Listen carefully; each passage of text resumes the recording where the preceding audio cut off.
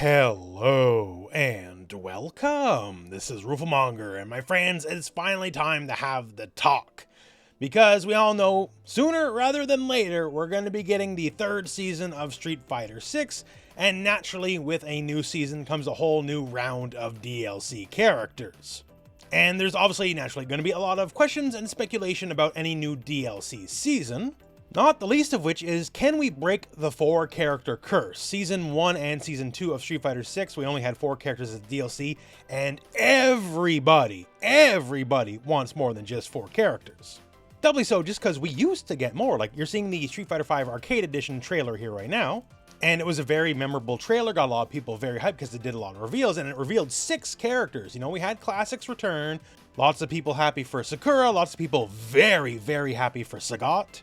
And then we got some curveballs, like, hey, Cody's coming back, and then we had all-new character G, who was a fantastic mystery at the time, and even though his plotline never resolved in any meaningful way, I think G was definitely one of the highlights of Street Fighter V as a whole. Cool character, cool moveset, hey, that's the kind of stuff we need. So, will we get more than 4 characters this time? Who knows? I hope so, if only for the fact that Monster Hunter is finally done.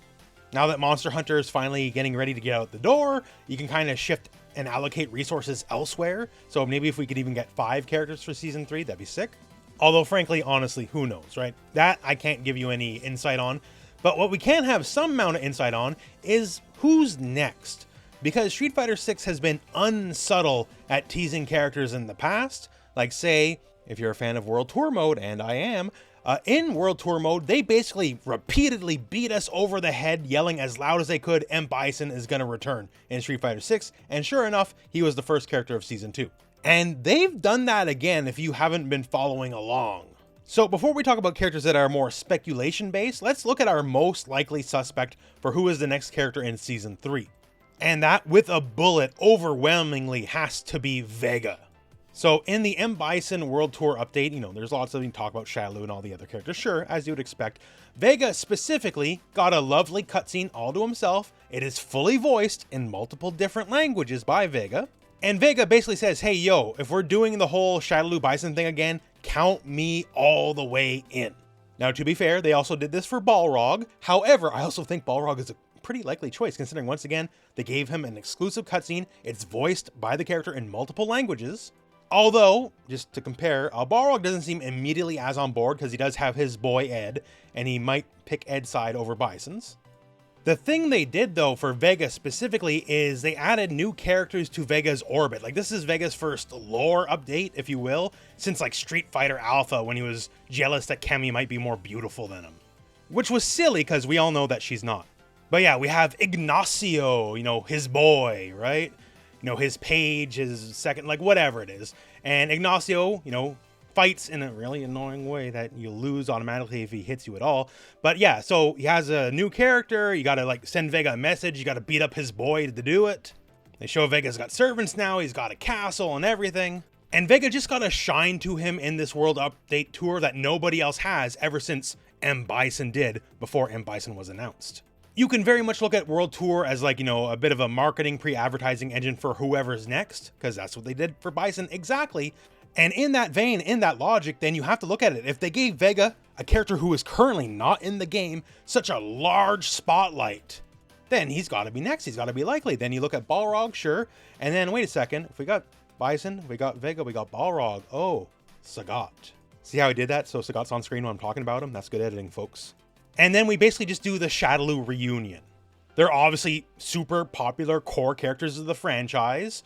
People definitely want Sagat back, for sure. And if we just bring back the whole crew in one go, it would sort of make sense. Not saying that's what's happening, not saying that has to happen, but just once again, Vega, I think is as close to a sure bet as you're gonna get right now.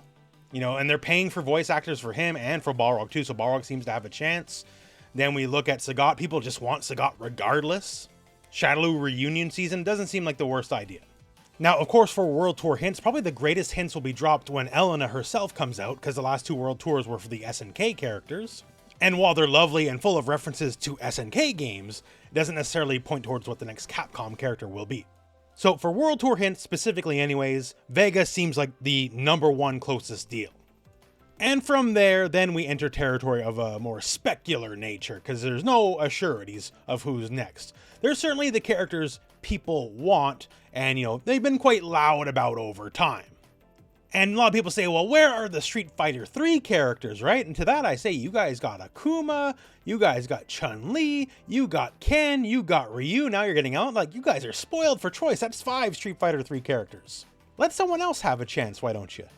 Oh, well, we meant we want characters originating in Street Fighter 3. Well, then make that delineation. You guys never make that delineation. And you know what? For that, Alex seems to be overwhelmingly the top pick for most people. And, well, he would be a good addition to the roster. Like, he adds a good game plan to the game. We could definitely use more grapple-focused people that work. Because we have Zangief right now, and Lily, and Manon. Let's hope for that Season 3 patch, y'all. Maybe they can finally start playing the game then. But sure, Alex seems like a popular enough pick, right? If we're looking at it in purely mercenary terms, of the Third Strike characters, he'd probably sell the best as a new DLC character. The only ones that even be remotely in the same league would be either Hugo or Makoto. And even then, just in terms of like sales numbers, whatever, like I don't think they're really touching Alex. And of course, like the forbidden characters like Remy or Necro, that I guess I can't say that's not gonna happen, but it'd be absolutely insane if it were, right? Like, those just can't be characters they gotta be looking at for DLC. And then while there's everybody else, some characters, like say Sakura. Like Sakura feels like, even if she's not Season 3, she feels like a given down the road, right? Like she is just ultra popular. And then other characters that routinely get asked for all the time, like C. Viper. People were asking for Viper for the entire lifespan of Street Fighter V, and it was always extra kind of confusing.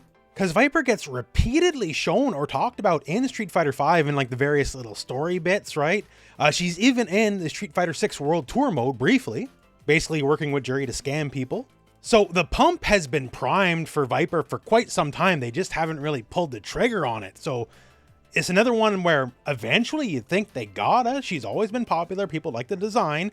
And now people are used to SNK characters, and Viper always looked like an SNK character to begin with, right? So extra ready now with Terry and Mai being in the game. Obviously, there's Hakan, the most wanted character. I get 1,000 comments a day asking, where is Hakan in Street Fighter 6? And I gotta put on a brave face. I gotta tell them soon, friends, soon. Soon we will be delivered. One day, the oil will rain again. And of course, there's really just a lot of characters. Street Fighter is a very storied franchise. It has a lot of characters over a lot of years, right? Lots of people really want to see Cody back. The Cody fans are some of the biggest diehards you'll find out there. They simply just won't play the game if Cody's not in the game. Done. And of course, you'll find diehards for just about anybody, really, although just some, like Cody, gotta be more likely than others. Okay, so now we've talked about, the very likely suspects thanks to World Tour mode. We've talked about, characters that are just likely overall. Let's enter the realm of leaks, supposed leaks, and definitely fake leaks. Now, you may recall some time ago before Season 2 got announced, there was a big leak going around. Lots of people rushed to make a video about it, of how XYZ characters are going to be in Season 2. So this was by Shin Vergabin. Hopefully I said Verbigan, right? But this wasn't the real Vergabin. This was an imposter who was later denounced by the real one. I did just a few minutes of research and I found out they were fake, and that's why I never made the video myself. Because sometimes you throw darts at a board and you get things that are right enough, right? Bison, Vega, Sakura, Mika, Elena, and a new male character. Well, 2 out of 6 ain't bad, right? Once again, fake leak. And I return to this often because I see people talk about this often, like they use that leak as the basis. Like, well, maybe they're just wrong and Mika's coming next anyways. I'm like, buddy, I'm sorry. This wasn't the real deal. You got. However, there is this little game that insidery type people play where they like flaunting that they know something that you don't. Like, take this old Reddit post where someone's saying something that looks a little suspicious. So this was right before Summer Game Fest, and this guy randomly posts, hey, man, it'd be really cool if Sagat, Viper, Bison, Elena, Alex, Terry Bogard, and Mai were characters in the game. And when you say something like that, that looks a little suspicious, with hindsight, right? Like saying Bison, who cares? It was obvious Bison was the next DLC character if you played World Tour at all. But then randomly throwing out 2 guest characters, Terry Bogard and Mai, when the series to the point has never had guest characters before, it kind of makes you scratch your head a little bit. Is this one of those guys? Did they know something we didn't? Because, Elena, Bison, Terry Bogard, and Mai, that was Season 2. Like, you can throw darts at a board, but he nailed all of them with some extras. And then Sagat, Alex, and Viper, well, like as we talked about, they seem likely.